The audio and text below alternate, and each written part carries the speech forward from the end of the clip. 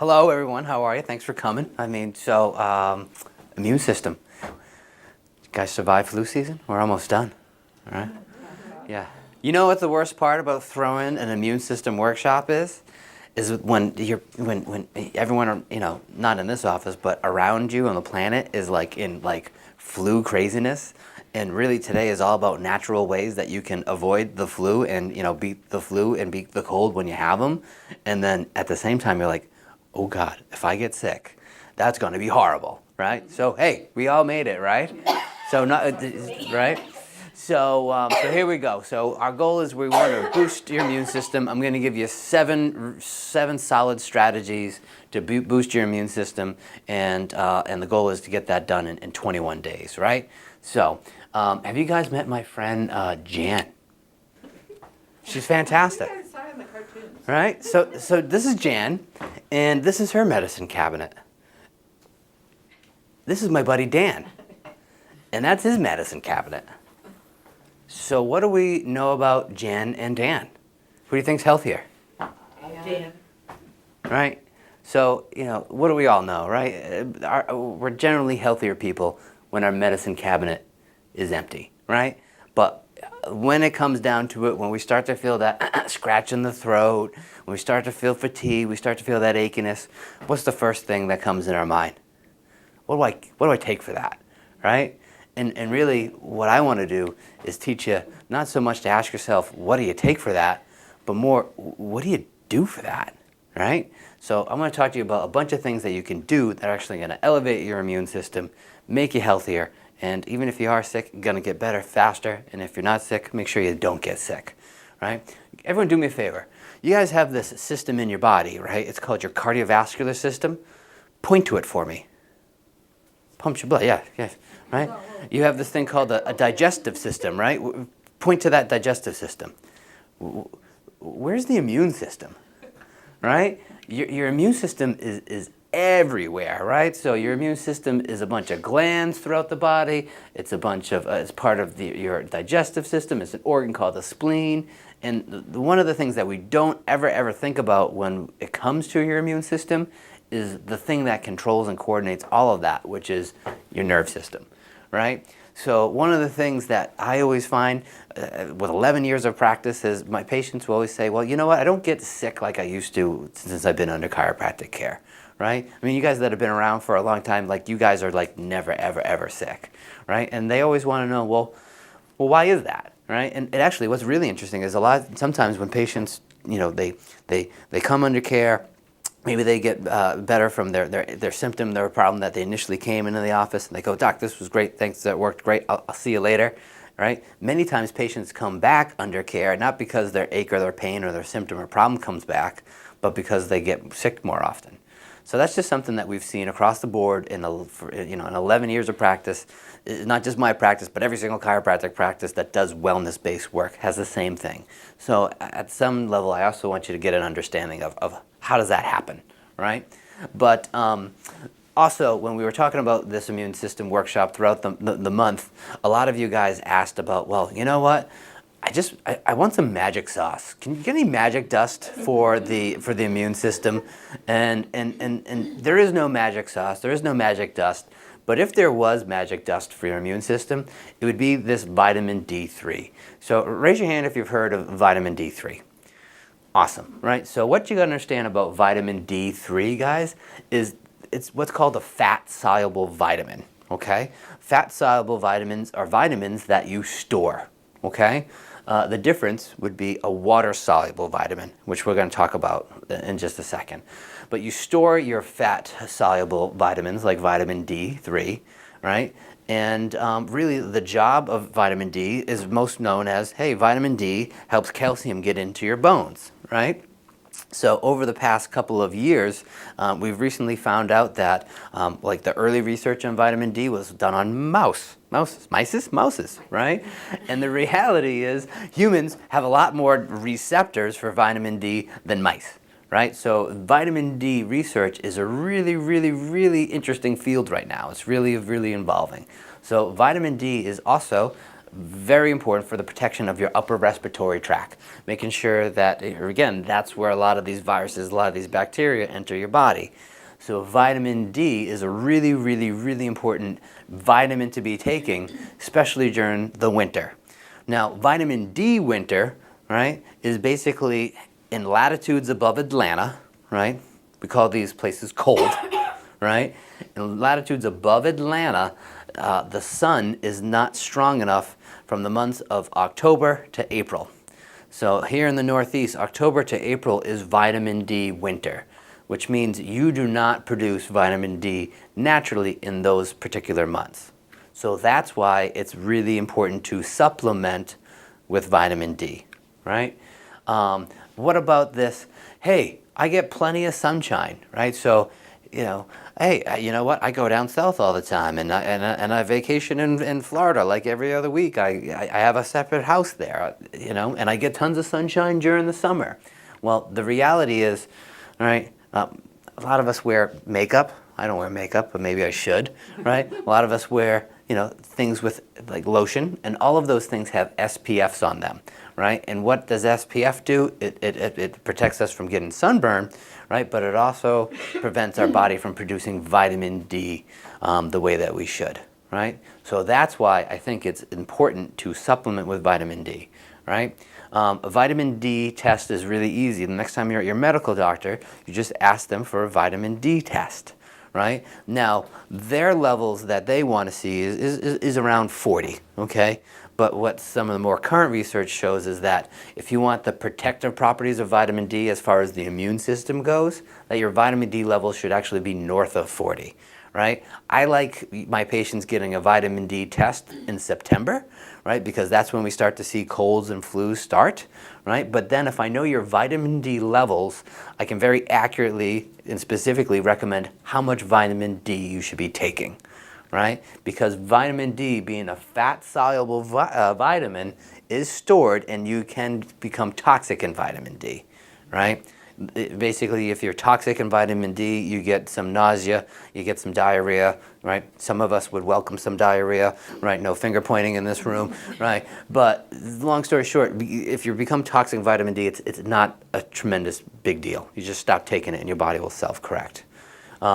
So how much you should take is really dependent on what your vitamin D levels are.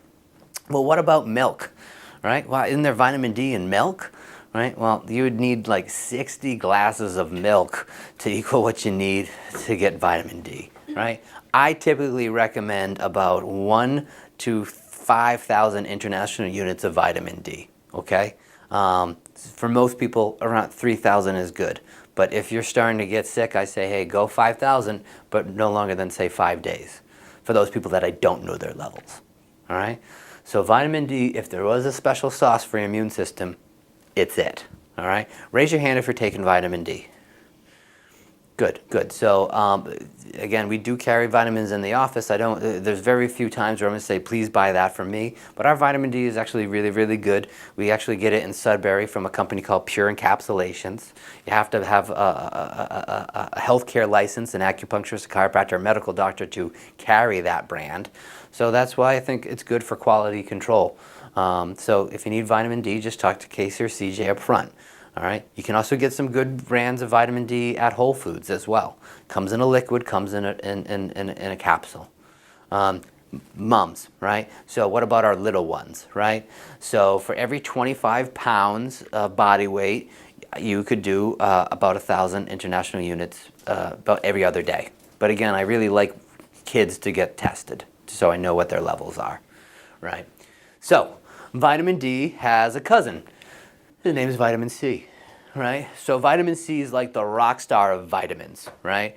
And vitamin C is different in the sense that it is water soluble, right?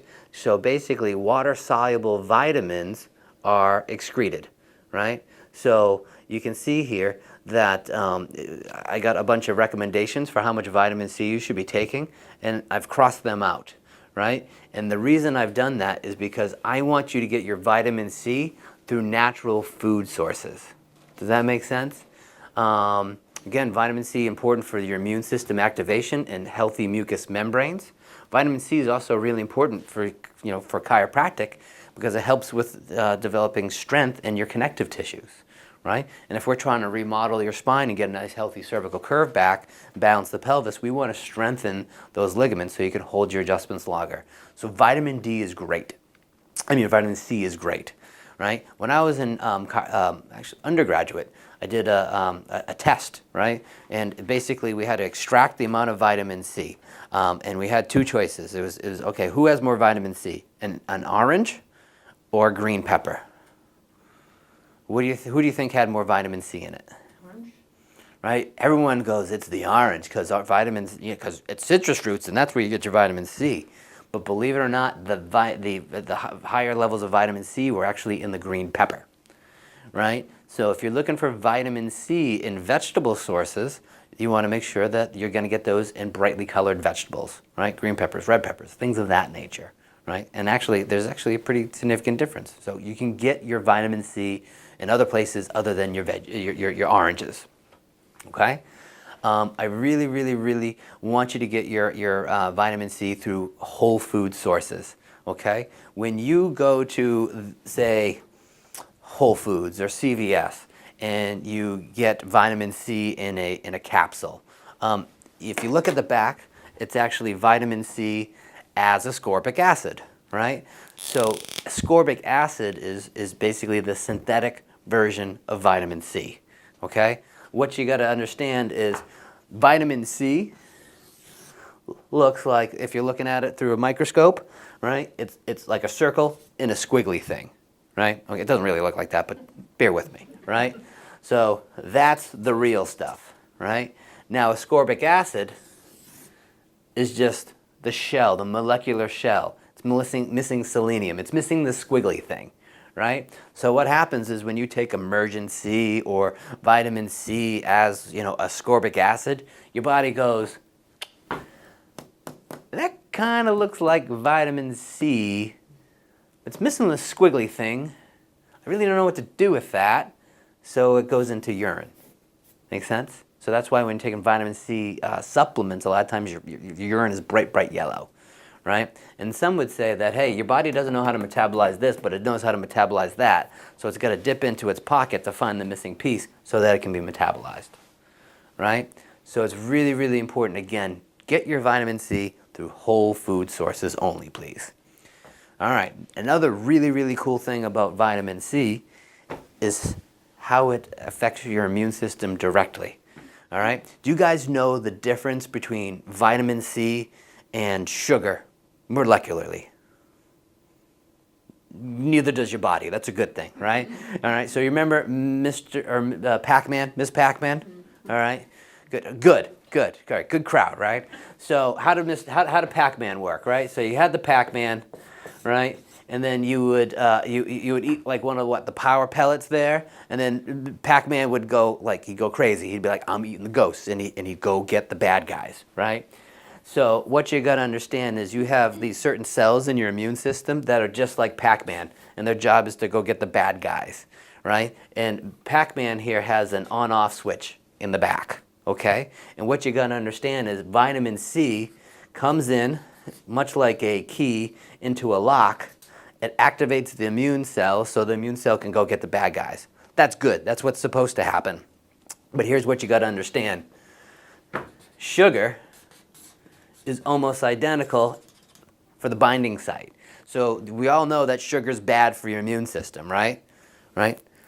The reason that is because it blocks the on-off switch of these special immune cells, so that way your immune system can't do what it's supposed to do. All right? It's what's called competitive inhibition, right? It's getting in the way of the on-off switch. Pretty neat, right? So, what's one of the first things we do when we're starting to feel like we get a cold? We take a big old glass of orange juice, right? Orange juice is awesome, right? Everyone loves orange juice. It's a staple of Americana, right? But what does orange juice have? Sugar. Right? So we're going to talk about at the end, what do we do when we're actually sick? But one of the things I don't want you to do is get your vitamin C through like fruit juices, because there's a tremendous amount of sugar in fruit juices. All right. When you actually have the actual orange that the orange juice is made from, there's other cofactors in that orange that help your body deal with that. But don't get it from the juice. Okay. So what's interesting is sugar is in all places, right? So there's something called the glycemic index, which is basically a measurement of how much sugar is in a carbohydrate. Okay. So if something is under 55 in the glycemic index, that's a good carbohydrate, right? So here we used Dr. Google. You ever hear of this thing? It's called the Google. You put it in and you ask it the question and it gives you the answer and it's never wrong, right? Anyways, so is anyone shocked to find out that carrots have a glycemic index of 32? That's awesome. Carrots are great, right? Baked potatoes, 85. Oh, that's not good. We all know to avoid the white carbs, the white flours, those types of things. Right? Rice cakes. What about 78? I thought my rice cakes were healthy. Empty carbs. Cheerios, right? What about Cheerios? Glycemic index of 74, right? So as parents, like, what's the first, like, solid food we give our kids many times? Cheerios. Yeah. It's because they're whole grain, right? Doctor, whole grain. Well, that's another story for another conversation for another time. But many times, things that are whole grain aren't actually really whole grain. They just contain whole grains. So you got to read the packages on the back, not the packages on the front, which food companies pay for. Say, hey, we're whole grain. We bought the sticker. We're good. Don't worry about it, right? So read those packages in the back. So everyone understand how vitamin C and sugar really, they kind of counteract one another? Okay, so you got your vitamin D, you got your vitamin C, and now, what else are you going to do? Essential fatty acids, okay? What the heck is an essential fatty acid, right? Anyone want to dive into that one? Yeah, so a fish oil has essential fatty acids in them, all right? So here's what you got to understand. Essential fatty acids are, wait for it, essential, right? And what they're essential for are healthy cells, right? And the way that works is, right, a lot of times when we think about cells, it's like, okay, well, the eyeball cells look like eyeballs and the liver cells look like little livers, right? It's not really like that. You want to imagine a cell, right, as a structure, right? And the outer structure of that cell is what's called the cell membrane, okay?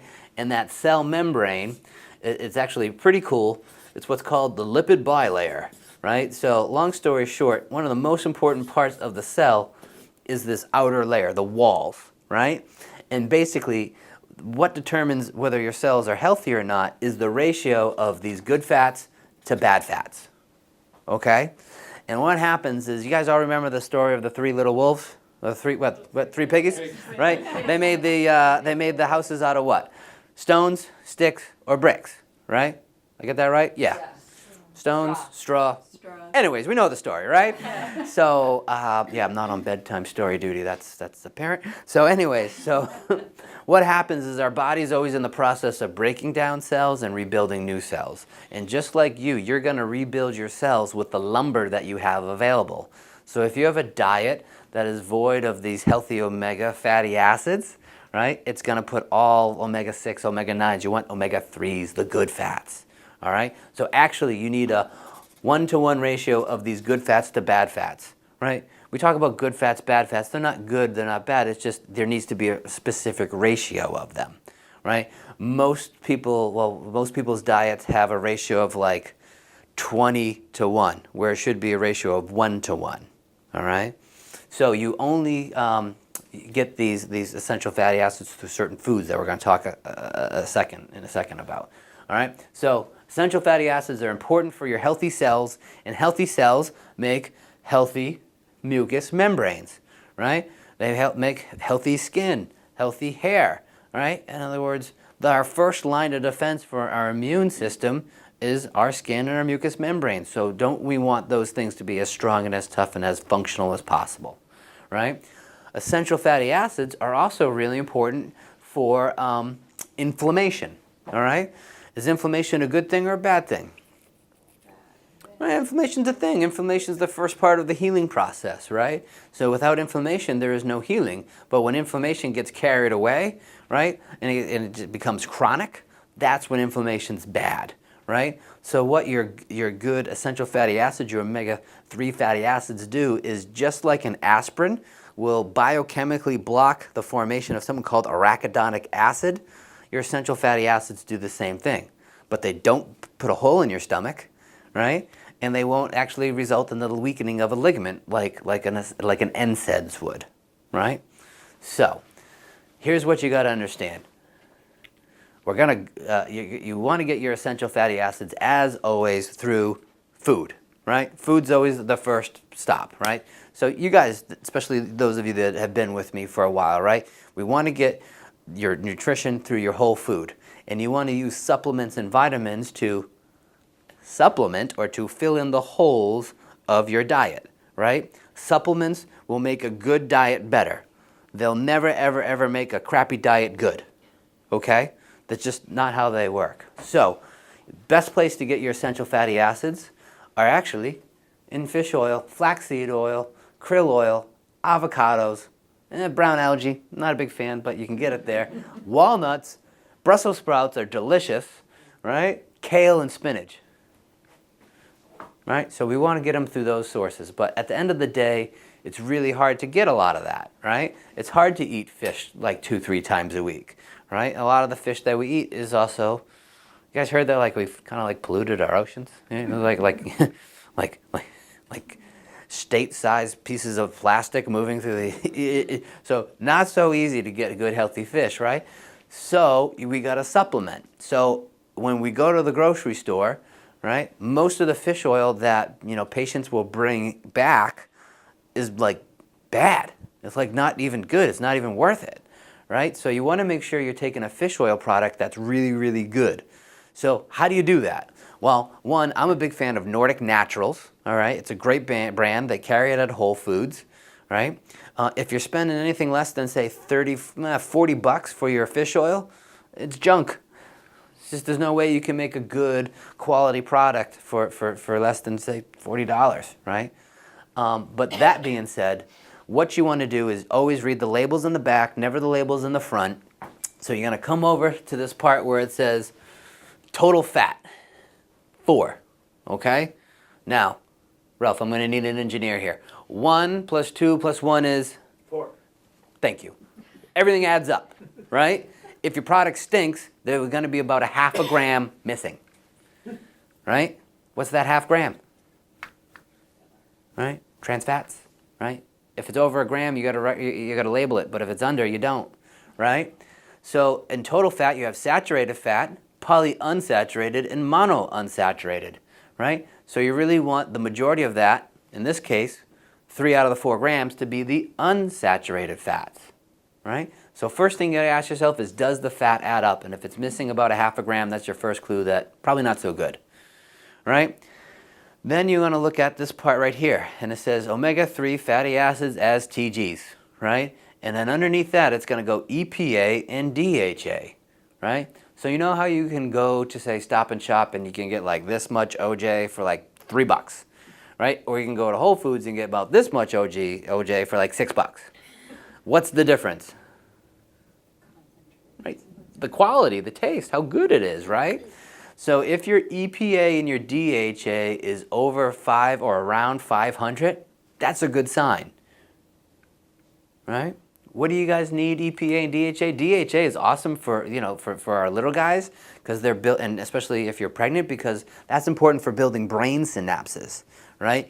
EPA, that's the big one for really for fighting inflammation.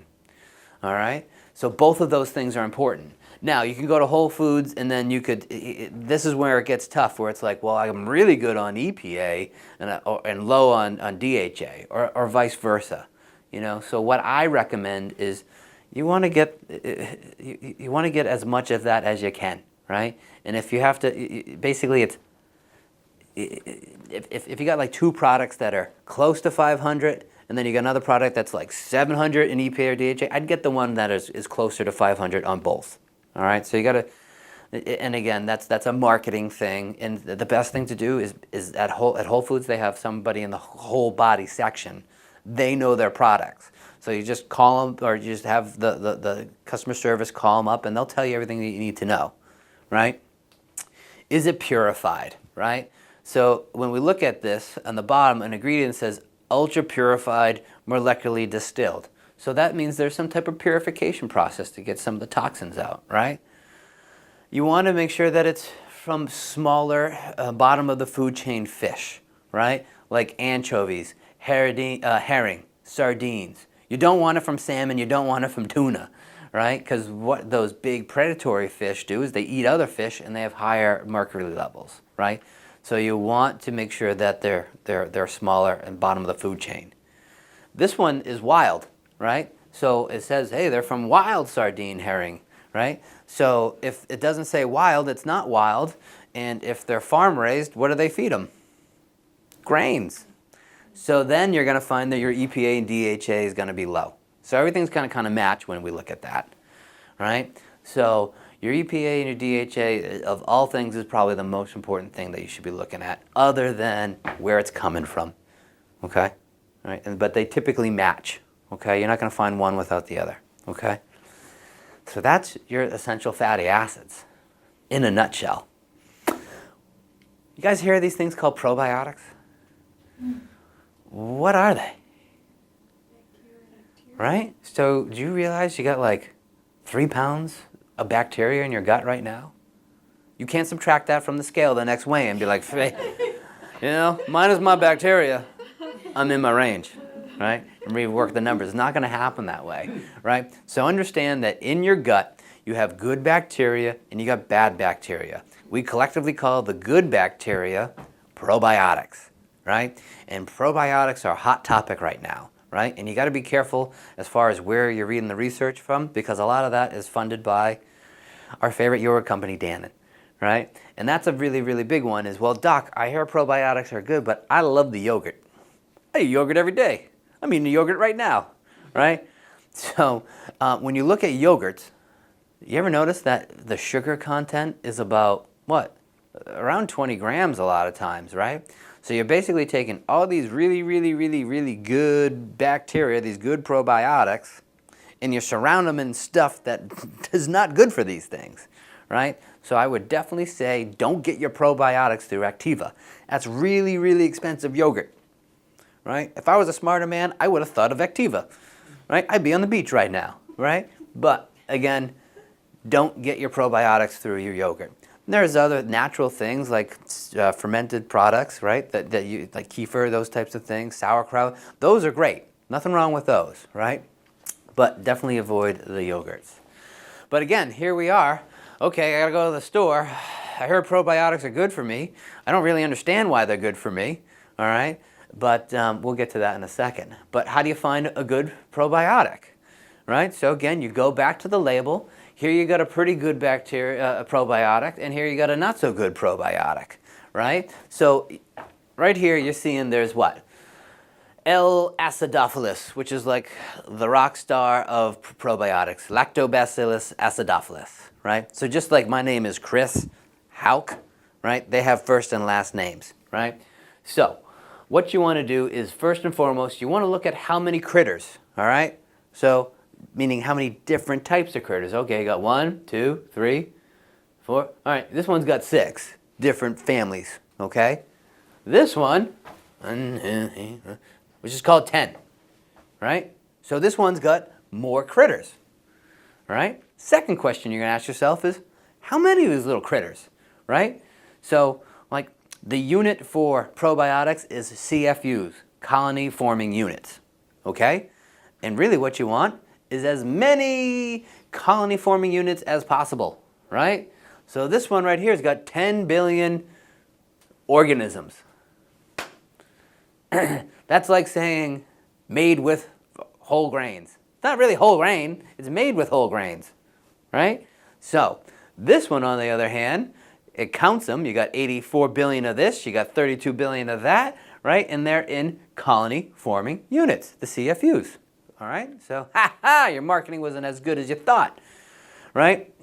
food for the critters included, right? So there's things called prebiotics, right? And things like inulin, stuff of that nature, right? In other words, some products have the food that the good bacteria eats in with it. That's a good idea, right? Right? If we were going for a trip, wouldn't it be a good idea for us to like have food with us for the trip? Right? Who's bringing the snacks? Exactly. So, does it have to be refrigerated? So, here's an interesting thing. In order for a probiotic to populate your gut, it's got to go through what? Your stomach, right? Which has what in it? Acid, right? So to realize that a lot of the probiotics you're going to ingest aren't going to make it to their destination. It just ain't going to happen, right? So if your product has to be refrigerated, what does that tell you about, I guess, the toughness of these critters? Maybe not so tough, right? So for a long, long time, I would recommend that you get your probiotic that needs to be refrigerated. But the more recent research says no, right? So that's one of the few things that I'll also say, hey, take that when you have an empty stomach. Because a lot of times we want to take our vitamins, right, with food, right? And when we eat food, what happens to our stomach acid? Flares up. And what's that going to do to your little critters? Don't kill the little critters. What do they do to you, right? So, and again, yogurt. Don't get your probiotics from yogurt. Why would you want to take probiotics, right? Raise your hand if you've been on antibiotics. Right. So what do antibiotics do? They take out the bacteria, but only the bad guys, right? No. Right. Just like chemotherapy only takes out the bad ones, right? No. So an antibiotic will take out both the good bacteria and the bad bacteria, right? So I got a 6-year-old. You guys know my 6-year-old, right? Crosby. He's a good boy, right? He's 6 years old. Kid's been on antibiotics once. Kid's been adjusted since birth. He's the pinnacle of health. He's vomited twice, and one of those was my fault because I gave him orange yogurt that was in the sun. Dad's day out, you know what I mean? And then the second time he got a flu, right? So the kid's 6 years old. He's vomited twice. He's been on antibiotics once, and it was only because he got bit by a tick, right? But I love my medical doctor. He's awesome, right? He says, all right, recommend we get him on antibiotics because he got bit by this tiny little tick. And what I want you to do, guys, is I want you to make sure that your little guy is taking probiotics for 3 months, right? So if you're going to take probiotics, you got to commit to them, right? Minimum of 3 months, right? And that's something that we actually sneak in as water from time to time, is special juice, along with some other stuff that we're going to talk about at the end. Okay, so how do you know if you need to be on probiotics? I always say one, if you've had a history of antibiotic use, and two, if you're not enjoying a regular, good bowel movement every single day, that's a sign that your digestive system's not working optimally, right? And if that's you, that's a thing that you really, really want to think about taking probiotics for, right? Remember, your gut is a major part of your immune system, right? Healthy gut, healthy skin, healthy immune system, right? So, get your probiotics. Recovery. Okay, right? So we're not talking about sleep here, guys. We're talking about recovery, right? And what you need to understand is when it comes to your immune system, the most important hours are really from the 6.5 hours of sleep to 8 hours of sleep. I know, sorry, Mom, right? So the healing phases of sleep, the most important phases for sleep for your immune system are in those later stages of sleep, okay? And we need 8 hours, right? And if you're not sleeping 8 hours, if you're one of those people that just can't get 8 solid hours, please talk to me. We're going to teach a separate and distinct workshop just on sleep, but sleep is a major part of your healing process, especially in the office. And if you can't get to sleep, well, that's one thing. That's usually something psychological, some stress, but we can work on that too, right? But if you can't stay asleep, many times that's a structural issue. Your body's waking you up to restore blood supply, nerve supply, get pressure off of bursa, things of that nature. So if sleep's an issue, please talk to me. What about naps? Naps are great. Who loves a nap? It was great. Naps are fantastic. I miss napping, right? When Gina was the office manager, I used to nap like almost every day, right? But anyhow, so naps are great, but try to keep your naps about, say, like 20 minutes, okay? It just resets. I know nothing better than an hour and a half nap. I get you, right? Right? But if you can do a 20-minute nap, that's going to reset your nerve system, right, or immune system, and again, it's going to also give you energy, right? So, a lot of times when we're starting to feel sick, starting to feel scratchy, starting to feel run down, right? But it's like, I don't have time to get sick. I got stuff to do, right? Your window of opportunity is really within those that first day, right? And there are just times where you cannot heal on the side and you've just got to get away from life, right? So you ever notice that when you're sick, you're extremely tired and you sleep a lot? The reason for that is every system in your body requires some level of energy to use. And your digestive system and your immune system and even your reproductive system are high energy demand systems, right? So that's why when you're sick, you've got to give that body the rest that it needs. You cannot heal on the side. Get away from life, right? So please, please, please sleep. So your sixth ingredient to a healthy immune system is movement, okay? And this is a big one, right? So when we talk about movement, of course, we've got to do sprinting. Of course, we've got to lift heavy things. Of course, it's important to get your heart rate up. Of course, these are all good things. And we know for a fact that those people that do these things right here get sick less often, right? Not a shocker. If you exercise, it's good for your immune system. It's good for everything, right? Is there anything that exercise is not really good for? No. Exercise is good for pretty much everything, right? But the question arises is, hey, I'm feeling like I'm getting sick. Should I work out? Right? And I would tell you, when you're not feeling at your best, that is the time to, instead of spending the hour in the gym, spend it in bed, right? Because one, your workout is not going to be as effective as it should be because you're sick and you're tired, right? And two, your body needs that energy to heal, to the immune system. It doesn't need to be using its energy to build muscle. It just doesn't, all right? So don't exercise when you're sick. When you're sick, it's time to heal, period, right? So also, movement, constant movement, right? We talk about how, it's important to exercise, have an exercise routine, but it's also, guys, it's critical that you engage in movement at all phases of your life, right? So, my old office was in a retail space, right? And then this one's in an office building, right? Use the stairs. You guys don't use the elevator, do you? Good. You're not allowed to use that elevator, right? Right? So use the stairs. Park farther away, right? Especially if you're sitting more than 6.5 hours a day, right? The fact that you're sitting 6.5 hours a day is something that you need to reconcile with your health, right? And the way that you do that is you look for opportunities for movement. Guys, if I were to take all the nutrients that you get in your diet away from you, how would your body like that? It wouldn't like that, right? So your body needs nutrients, right? Well, what you got to understand about your nervous system, your brain, right, is in the same way that your body requires nutrients, your brain requires movement. Movement is a nutrient for the nerve system, right? So what happens is we go through life, right? We have slips, we have falls, we have habits, we have all these things that can injure our joints. And when we're talking about specifically about the joints of the spine, what you got to understand is when we look at your spine, there's more nerves in your spine, right, than really any other part of the body, right? And the nerves in your spinal column are very special. They're what's called proprioceptors. Long story short, what they do is they tell your brain where you are in space.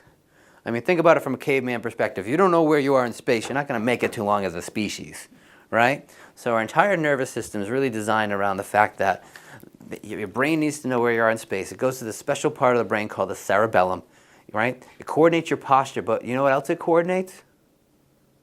Everything. Your immune system, all of your vital organs, right? So what we know is that when you have this thing called a subluxation, right, that's that misalignment in the vertebra. That misalignment in the vertebra creates inflammation of the soft tissues, thereby preventing that vertebra from moving. And then over time, that vertebra is going to break down, right? And think of your spine like these collection of, say, 26 different, levers that send this information to the brain. And if you remove 3 or 4 of these levers, what's that going to do to the nutrition in the brain? Is the brain going to get the nutrition that it needs? No, there's going to be less movement because the spine's not functioning properly. So the way that chiropractic helps, say, your blood pressure improve, or your immune system improve, or really anything improve, is basically because when the spine's in alignment and moving freely, it stimulates the brain, the cerebellum, and then that way the body's able to make better decisions. It creates a feedback loop. Good information in, good information out, right? Same place that the adjustment goes to is the same place that coordinates all your internal organs, right? So when people come into the office and they're able to get rid of their blood pressure medication or their cholesterol, or they're not getting sick, it's not because that's a special T4 adjustment on the left, right? Sprinkled with a little magic dust. No, it's because we've normalized the input into the brain, and when the brain gets better information, it sends better information out, right? What we're doing is we're creating not better function, but normal function, right? That's the way your body and your brain's designed to work. And if you normalize it, you're going to work better. Simple as that. Right? Because remember, every single part of your body requires the brain to send a message down through the spinal cord and then out those nerves, and those are the nerves that go to all of those different pieces and parts to that immune system, right? Your spine's your lifeline. It's important that you take care of it, right? So that's why we always practice wellness care, not just come in until your pain's gone. I mean, that's a noble thing to do. I'm sure some chiropractors like just taking care of neck pain, back pain, but we want to make a tremendous impact in your health, your family's health, the community's health. And the way that we do that is by promoting optimal function. We start with the nerve system, then we support it with lifestyle choices. All right, so you got a bunch of things to do, but how are we going to get a better immune system in 21 days? It's procrastination, right? So we've given you a bunch of different things to do, and guess what? They'll work, but only if you do them consistently, right? It's not going to work if you take essential fatty acids for a day or two. It's not gonna work if you go outside and go, I got my vitamin D for my life. It just doesn't work like that. Health is things that you do consistently, whether that's your adjustments, whether that's your exercise, whether that's your diet.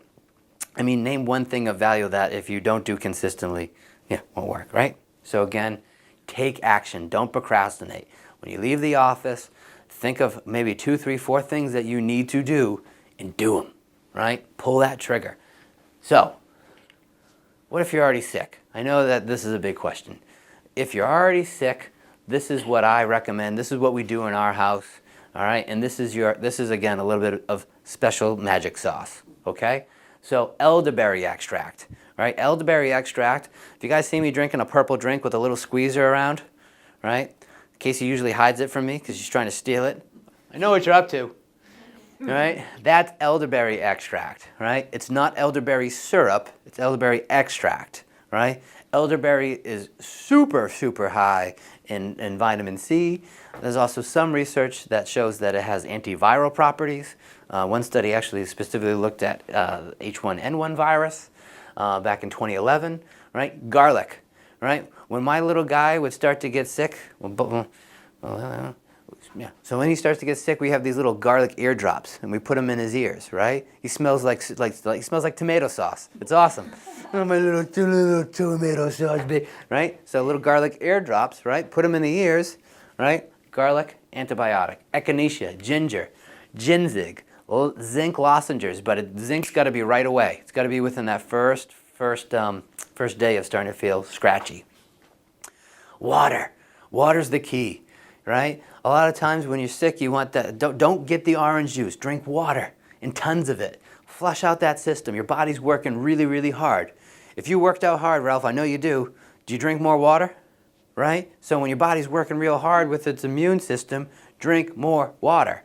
The other thing I like to do is add lemon, right? If you add lemon, it helps flush your system. It alkalizes alkalizes you, right? So viruses, bacteria, they like an acidic environment. Let's make it uncomfortable for them and put them in an alkaline environment, right? So lemon is fantastic. Makes the water taste better, so it's more, for those people that don't like water, right? Put some lemon in there and make it better, right? So, other than that, I wanted to make sure that I left some time to answer some questions for you. I want to appreciate and thank you all for being here. I did get you out of here under 45 minutes, just for the record, right? And I know I could tend to talk a little bit too much, but that's all I have for you guys today. I just want to make sure that you guys have some time to answer your specific questions, so I can answer those specifically. Chris, on the fish oil, what I noticed, what you had up there Yep. on the labels, it looked like it was, a teaspoon of it, so it's a liquid. Yep. Is there a difference between getting a liquid product or a pill product?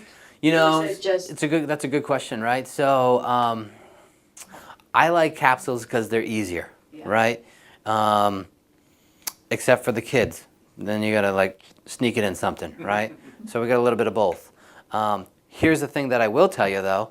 One of the ways that you can tell if you have a quality product or not is you can take the capsule and put it in the freezer, right? Anyone ever make soup from scratch? Right, what do? You put like I say, a chicken carcass, you boil it down, right? You create a broth, and then you put that broth where overnight?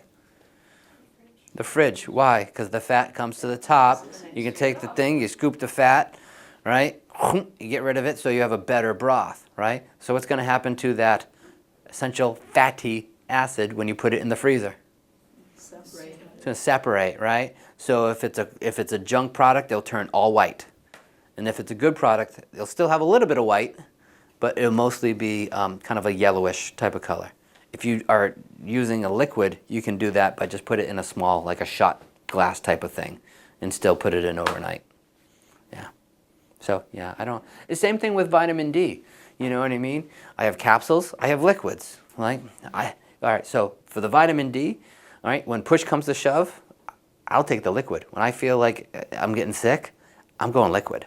But from day to day, it's a lot easier to take the capsules, right? With the kids, it's harder because it's one drop is 1,000 international units. So my oldest, 6 years old, he's got it down to a science. He's like, oh yeah, I don't know. Sticks his tongue out, dink, right, and drop it right on. My 1-year-old, he wants to suck on the dropper, right? So you gotta be like, whoa, no, vitamin D toxicity, dude. So you gotta be careful. So that's why I put it in his water every other or third day sometimes because he's tiny. More questions? How about probiotics? Does it do anything if you buy a probiotic? I've been hearing about like if it's like encased or protected. You know what I'm talking about. A lot of the probiotic stuff is it's really good marketing. Okay. You know what I mean? What I will think. So they say, oh, it will survive the trip through your stomach. Is that a bunch of phooey? I mean, I don't know. Does shaving your legs make you swim faster? I don't know.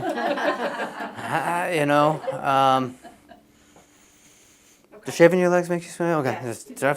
Yeah. So marketing. So what I would say is not marketing. Is having a prebiotic in with your probiotic. That's a good idea, right? Because if you're going for a trip, you got to have snacks.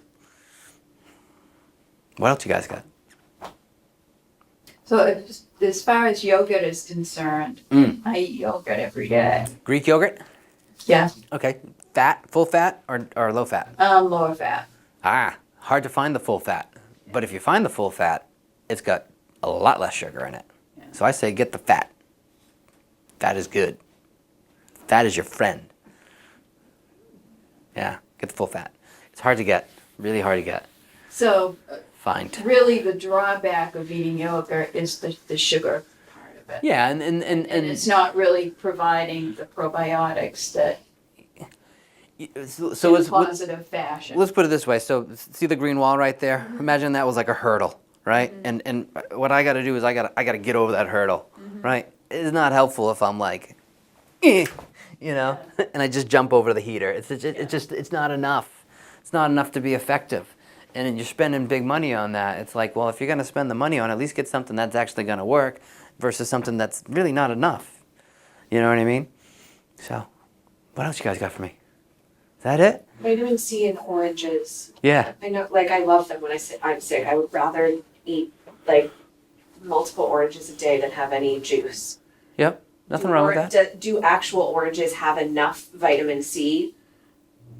Yeah, so remember, vitamin C is water soluble. So once your body gets enough vitamin C, the rest is going to urine, right? So have as many oranges as you want. However, what would be better? A place where you get vitamin C but without sugar. I mean, fruit, it still has fructose in it, which is a sugar, 5 carbon versus 6 carbon, right? But but there's other things in the orange that help the body deal with that fructose. Versus when you have fructose or high fructose corn syrup in a Coca-Cola, that's different. Different types of fructose. Kind of similar, but completely different. What else?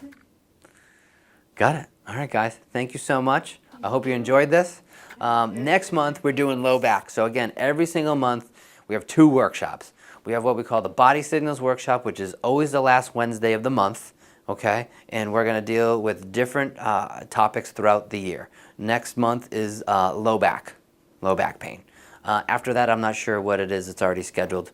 They'll tell me what I'm doing when they tell me what I'm doing, right? The other workshop that we're teaching every single month is our Better Results Faster workshop.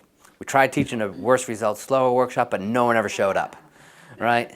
I'll be using that same joke forever. So basically, the Better Results Faster workshop is specifically for our newer patients that are brand new into the practice.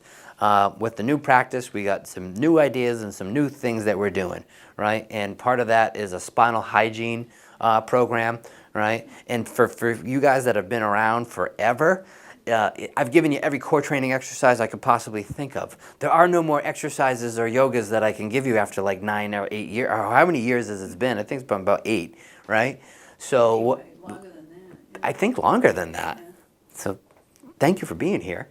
But one of the things that I realized is that we need to give you guys tools to continue to work on your spine, right? So you guys are at maintenance, right? You've been under care for so long that you're in maintenance, and Ralph, you're depending on what's going on with your life, we bump you up, right?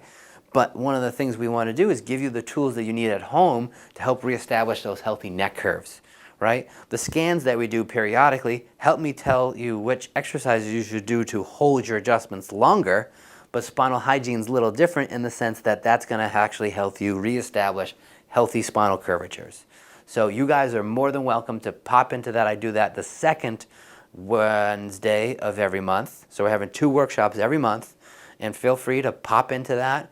We'll have a spinal hygiene kit back here in our movement space, right? So you don't have to buy a kit. You can always use the one we have here, right? And if that's something you're interested in, then just talk to Casey or CJ up front, and you can hop into the next Better Results Faster workshop, right? It's really, the Better Results Faster is really all about what do you do when you're not in the practice? What do you do when you're out there to make sure you're getting the best results in here? And you guys have gotten it over the years, but why not start that way, right? Why wait till your 3rd month of care to find out that you've been sleeping on your stomach, and that's not a good thing? You know what I mean? So all right, guys. Thank you so much.